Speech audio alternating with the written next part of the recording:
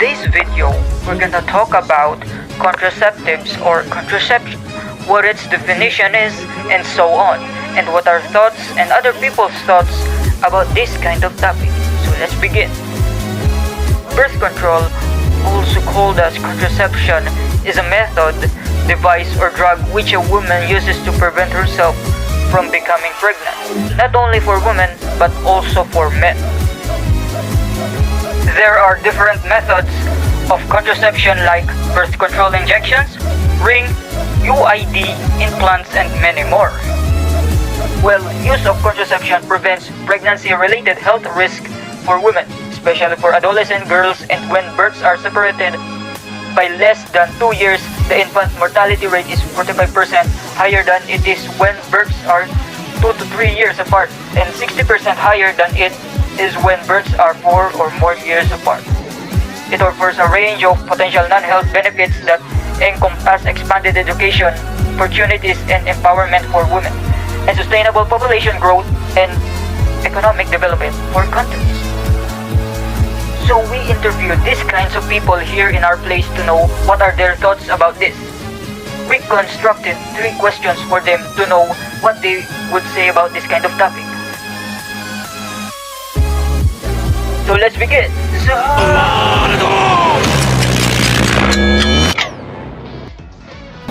Hello. So, what are my thoughts about the use of contraceptives? My answer will be in the context of marriage. So, meaning to say, this will be between the husband and wife. Okay. So, contraceptive is something to do with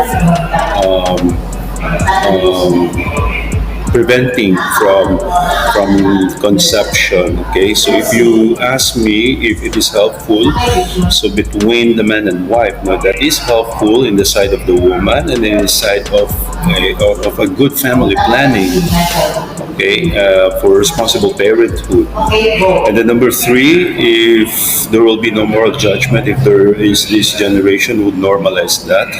In the context of marriage, there will be no moral judgment. If man and wife agrees with it, then that's it. It's right, it's correct for me. Your thoughts in using contraceptives? Being a married woman, my opinion, not just merely speaking about myself, but for the family that I am making or that I am having now, contraceptive works for me because I want everything to be planned. I don't want to just produce offsprings because it is not really easy. You have a very big responsibility in creating children. You are not just there to provide the food, but you need to provide everything, especially the education. And during these days, everything is expensive, so we need to be responsible. And I think naman using contraceptives is a way of showing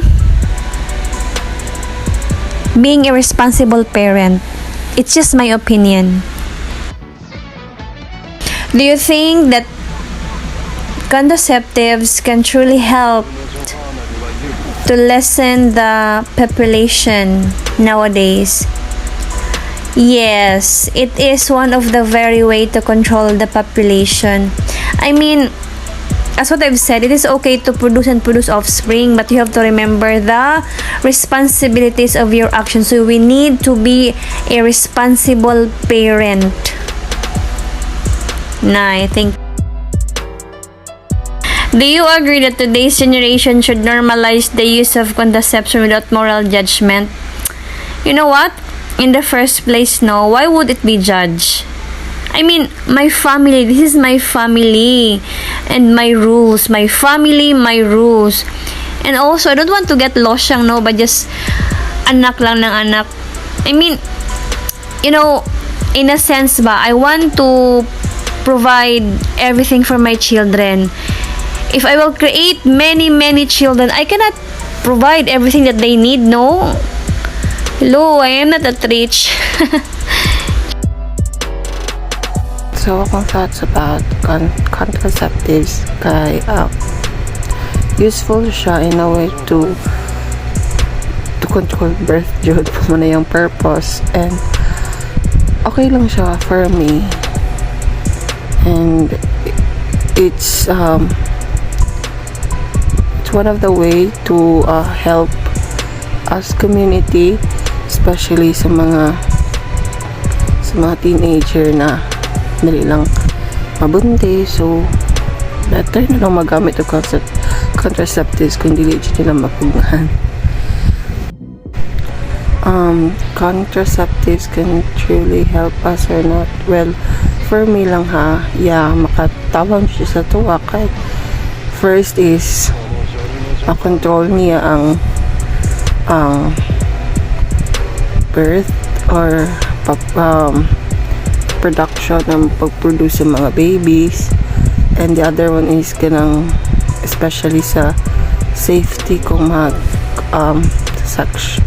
sexual intercourse, makatabang po siya like like condom, makaprevent yung mga sakit like HIV kung na may sakit ang tao.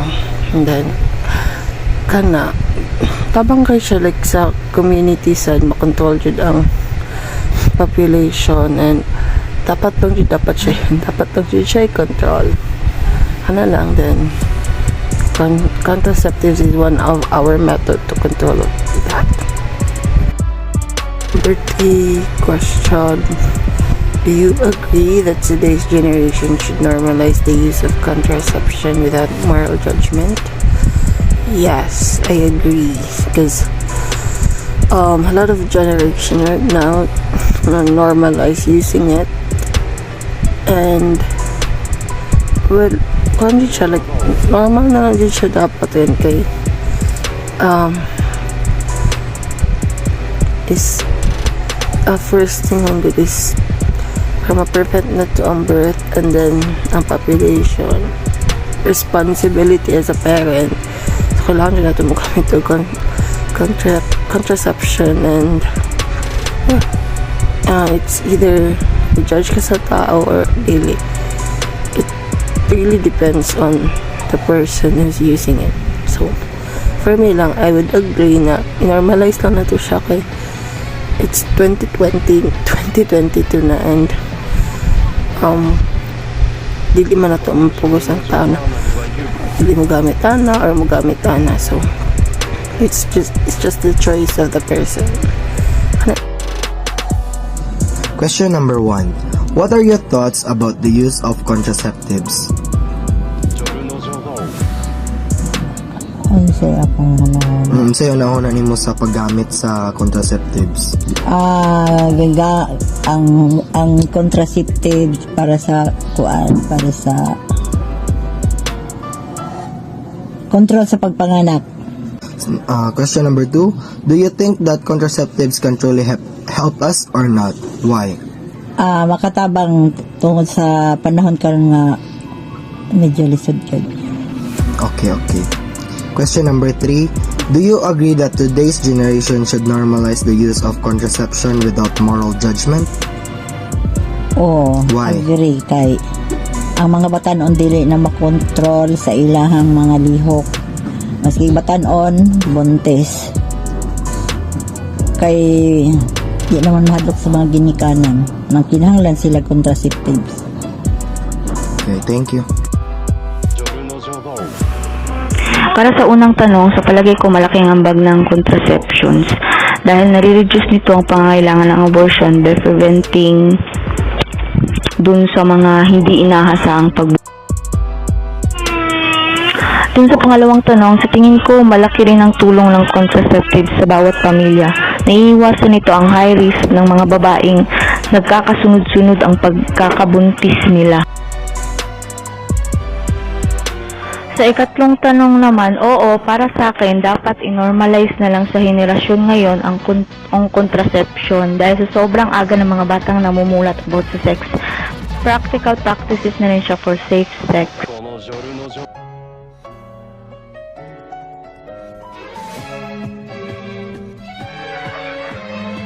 After we interview those people, we will answer the question, should the use of contraceptives be discouraged? Our answer will be no. Why? By preventing unwanted pregnancies, contraception reduces the need for abortion. As a result, it reduces the number of unsafe abortions, which are one of the leading causes of maternal death worldwide. Contraception lowers pregnancy-related morbidity and mortality, lowers the risk of developing certain reproductive cancers, and can be used to treat a wide range of menstrual symptoms and disorders. The use of contraceptives slows population growth. This is important because overpopulation puts pressure on services such as the environment, economy, education, and health. Contraception is not immoral because it is neither intrinsically wrong nor done with malice.